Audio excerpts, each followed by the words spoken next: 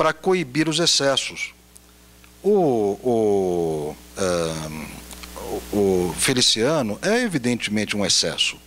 É um sujeito que pensa de uma maneira muito radical contra determinado grupo que também merece respeito e representação. Este grupo que estaria sendo diretamente atacado pelo Feliciano também poderia se organizar e exigir o recall dele. E aí você manteria uma certa média razoável, digamos assim. O recall é um sistema pelo qual... O recall é um sistema pelo qual a própria população, sentindo que o político não está atendendo aos seus anseios, não está cumprindo adequadamente com o seu papel de político, demite sumariamente o político antes de terminado o mandato dele. Ou seja, é uma demissão. O sujeito foi reprovado. Uma petição que você faz com um percentual de eleitores daquele colégio, e aí tem uma nova eleição que as pessoas dizem se ele fica ou não, né? Aí eu não sei dizer detalhes. Nos Estados Unidos é assim que funciona. Você precisa ter 10% do eleitorado. E aí tem uma eleição para você referendar se o cara fica. Provavelmente nós teremos que fazer as nossas regras, porque claro, as regras americanas são diferentes das regras brasileiras. Mas o princípio de você poder demitir um político que notoriamente está agindo mal, você não precisa esperar o controle da eleição, do voto. Ele está agindo mal. Pois é, talvez no começo vai ser assim. Mas num caso excepcional, num caso tão gritante como esse do Feliciano, você dá o direito às minorias atacadas, no caso do Feliciano, de demiti-lo. Porque ele foi colocado lá para representar os evangélicos, tudo bem, mas não para atacar outras... nem os evangélicos. Então, pronto, ele é o protótipo do mal empregado, ele não representa nada. Então, nós temos que esperar até o final do mandato dele para não elegê-lo. E se ele não representa os evangélicos, aí ele vai ser eleito por quem? Já que o Bruno acha que ele vai continuar a ser... Eu tenho certeza que não vai ser pelos homossexuais. Então, por quem é que vai elegê-lo?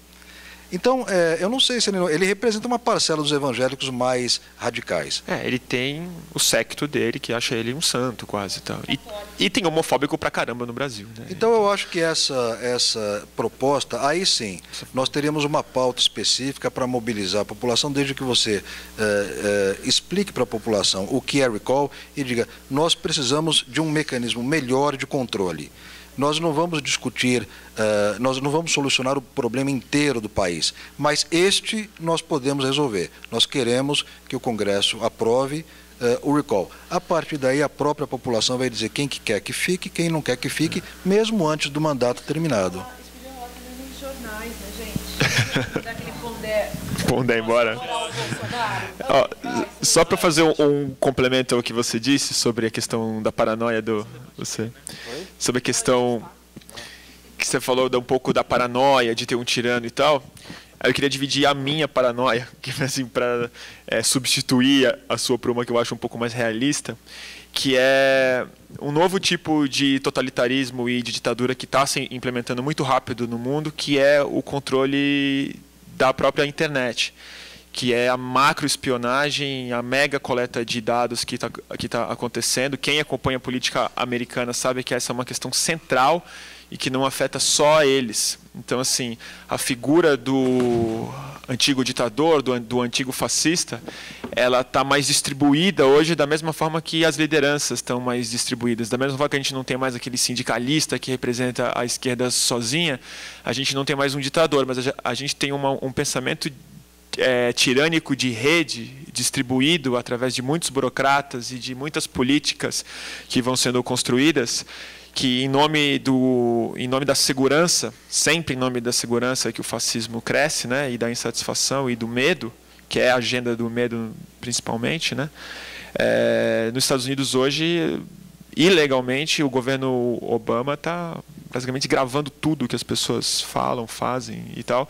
E todos os nossos dados passam por lá também. Então, assim, quando a gente tem grandes agitações sociais, como acontecem assim, as forças mais conservadoras do status quo sempre tentam ver como é que pode controlar. Antigamente era de maneira física, invadindo casas de pessoas, matando gente e tal. Hoje é grampeando, olhando e-mail e tal. São coisas que estão tentando passar no Brasil hoje também, de maneira muito perigosa. E o meu Facebook, desde a minha carta em apoio ao movimento do Passe Livre, está trancado, gente.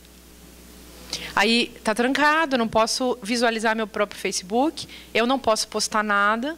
Eu só posso, que nem o uso do Jaci, eu descobri que se ele postar o meu blog lá, então eu vou no dele e consigo compartilhar. Se alguém posta uma coisa minha, eu posso compartilhar e posso compartilhar o dos outros, mas eu não posso colocar nada meu desde que eu pus. Eu fiquei meio paranoica que eu achei que era essa carta.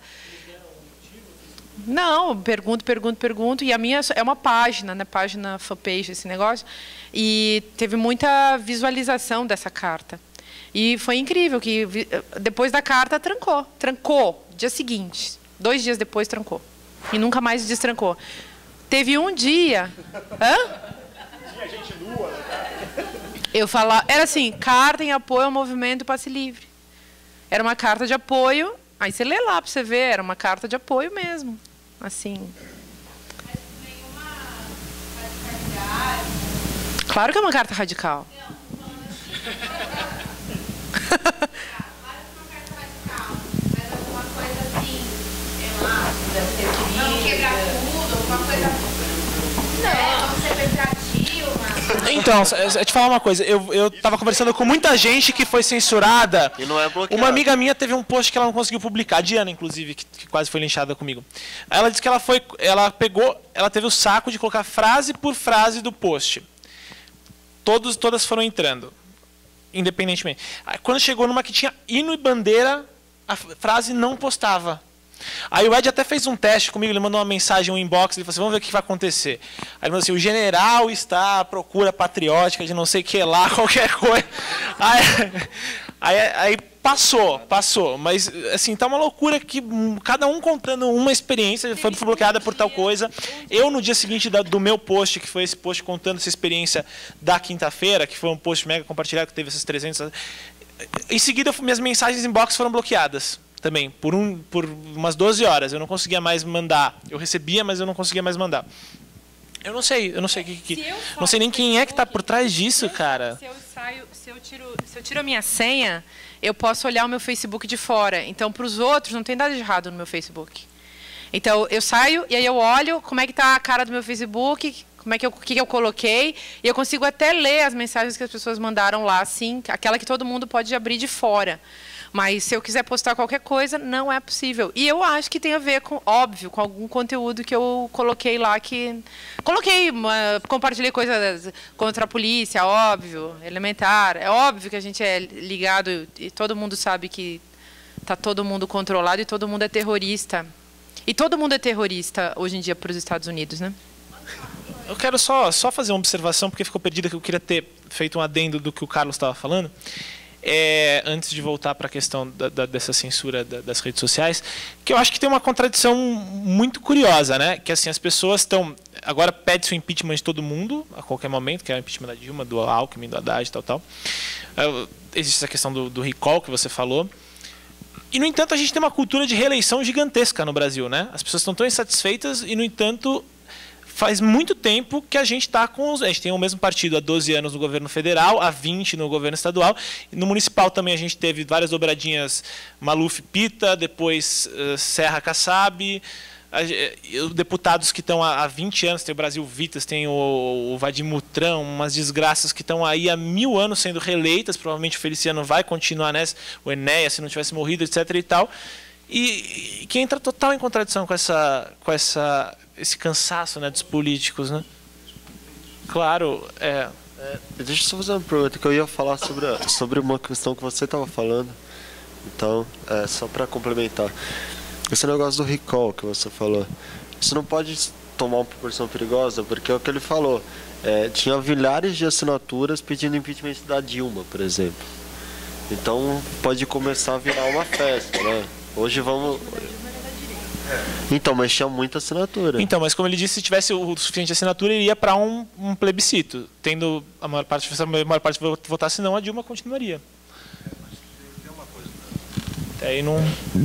Bom, primeiro sobre essa questão do recall, é claro que não é caso da mãe Joana, quer dizer, você não tem uma instituição como essa sem regras claras de como é que ela deve funcionar, qual é o percentual mínimo, quem é que pode ou não pode participar, etc. e tal. Então, eu acho que não se corre o risco, a não ser que você formule muito mal a organização de como é que funcionaria um sistema como esse, você não corre o risco de você ter uma situação sem controle, de que demite todo mundo de uma hora para outra. O objetivo é o de você coibir excessos, porque a democracia é assim, você tem de A a Z.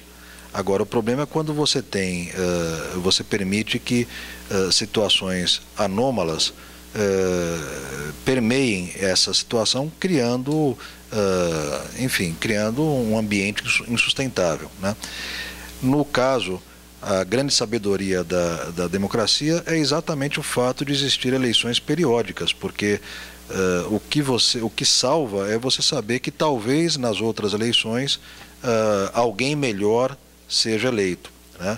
É que ao longo dos anos não é isso que tem ocorrido. Agora, com relação a essa situação que você falou da reeleição, digamos, dos mesmos, dos mesmos, isso eu acho que tem a ver com aquilo que eu havia comentado há um tempo atrás. O problema de você ter no Brasil ainda uma cultura muito voltada para o indivíduo, o político, quer dizer, não são ideias que estão sendo debatidas, mas é quem representa essas ideias. Então, a figura que melhora, nós sempre estamos procurando a figura que representa o partido. O Lula representa o PT, quem é que representa o PMDB, quer dizer, nós não nos contentamos apenas com a ideia de um partido que tem algumas ideias, nós queremos uma cara, nós queremos uma pessoa na frente, porque é esta pessoa que vai ser eleita.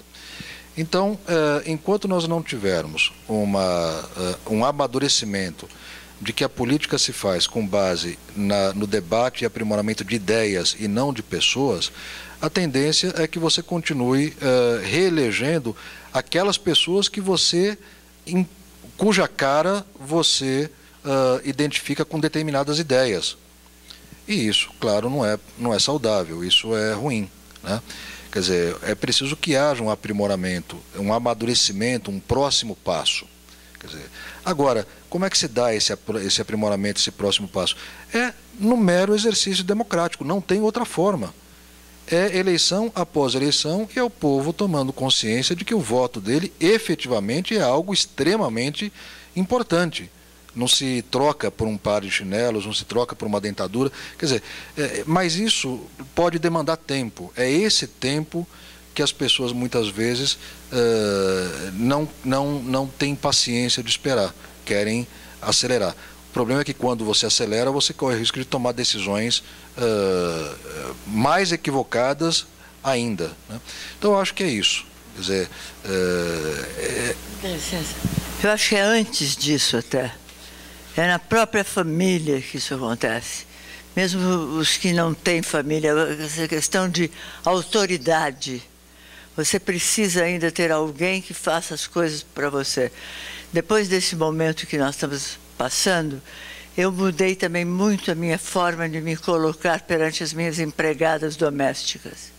Eu, com esse problema de deficiência, eu tenho 3 que se revezam, mas eu vinha um lado sinhá em mim, apesar de ser muito democrática, etc., ter tido uma atitude assim bem liberal com meus filhos, com a maneira de encarar a vida, mas eu percebi que era muito, na verdade, era muito mentirosa isso em mim, porque eu tinha que ter com essa relação vertical, eu não tinha perdido ainda.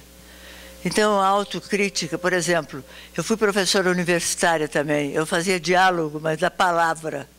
Nunca fiz um diálogo vivencial mesmo, sexual, que talvez você tenha tido com os mendigos de rua. Na verdade, a gente ainda tem como mulher, eu estou com 78 anos, eu percebo que, embora tomado muito ácido também, eu ainda tenho dentro de mim uma autoridade de classe.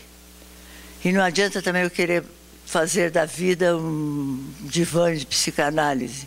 Então, viver a contradição também, se aceitar como você é outra forma também de você encarar esse momento que todos estão atravessando. Eu tenho uma neta de 16 anos que está líderzinha no colégio dela, ela discutindo com meu filho, é muito engraçado.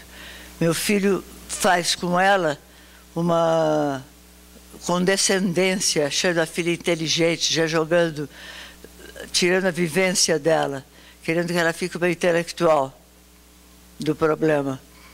E eu acho que o ideal seria que a gente vivenciasse cada momento. Eu estou num momento importantíssimo da minha vida, que o único emprego que eu tenho agora é lidar com 30 jovens e a gente vai montar uma peça de teatro, aconteça o que acontecer. Aí Aí eu posso ser muito mais útil. Depois eu termino o que eu estou falando.